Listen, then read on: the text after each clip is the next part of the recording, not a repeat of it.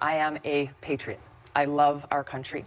I am a strong and intelligent woman of color, and I have dedicated almost my entire adult life to protecting the safety, security, and the freedom of all Americans in this country. It was the attacks on 9/11. In this video, we dive into Tulsi Gabbard's explosive appearance on The View, where she confronts relentless smears labeling her a Russian asset and a traitor.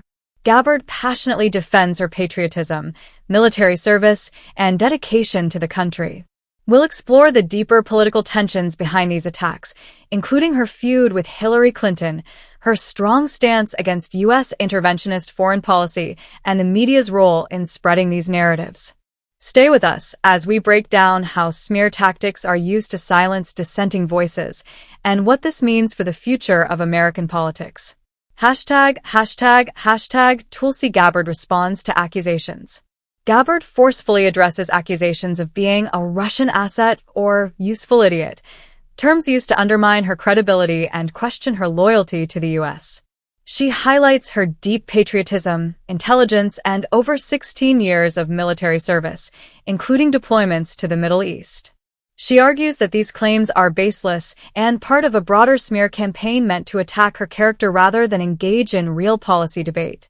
According to Gabbard, these attacks, often echoed by the media, are designed to silence her opposition to U.S. interventionist foreign policy and distract from important national issues. I was just going to get to that. Good. Helping you out. You want me to ask you the question? No, look, some of you have accused me of being a traitor to my country, a Russian asset, a Trojan horse, or a useful idiot, I think was the term that you used.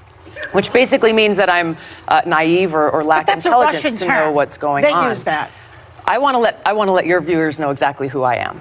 All right. Set the record straight. I am a patriot. I love our country.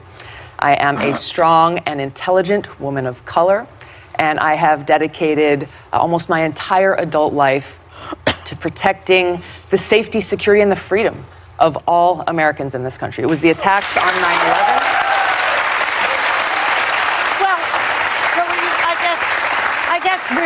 We're getting a little bit far ahead of ourselves, but Franklin Graham finds you refreshing. He doesn't find me refreshing.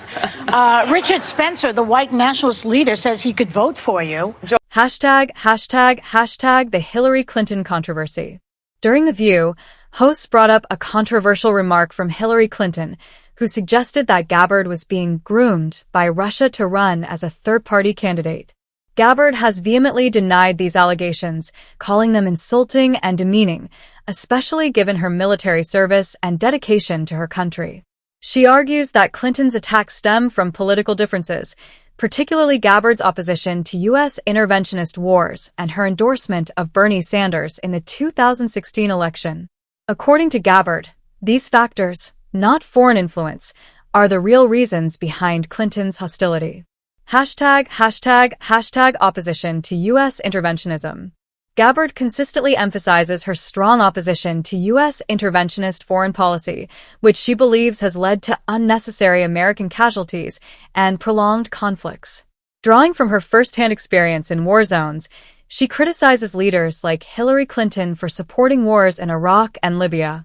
She frames her political stance as an effort to shift U.S. foreign policy away from endless wars and toward peace, diplomacy, and non-interventionism. We actually have the clip of Hillary Clinton, just to put this in context of what we're talking about. Let's take a look at that. I'm not making any predictions, but I think they've got their eye on somebody who's currently in the Democratic primary and are grooming her to be the third-party candidate. She's the favorite of the Russians. They have a bunch of, sites and bots and other ways of supporting her so far. And that's assuming Jill Stein will give it up, which she might not, because she's also a Russian asset. So really? I mean, this is outrageous. This is outrageous and offensive on so many levels.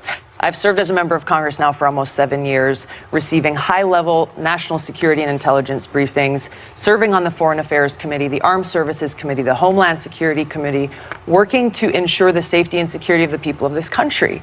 This is why I'm running for president, to continue that commitment of service. So are you surprised, though, that when people see bots and things and all the things that we've sort of been seeing heading your way? Addressing controversial supporters.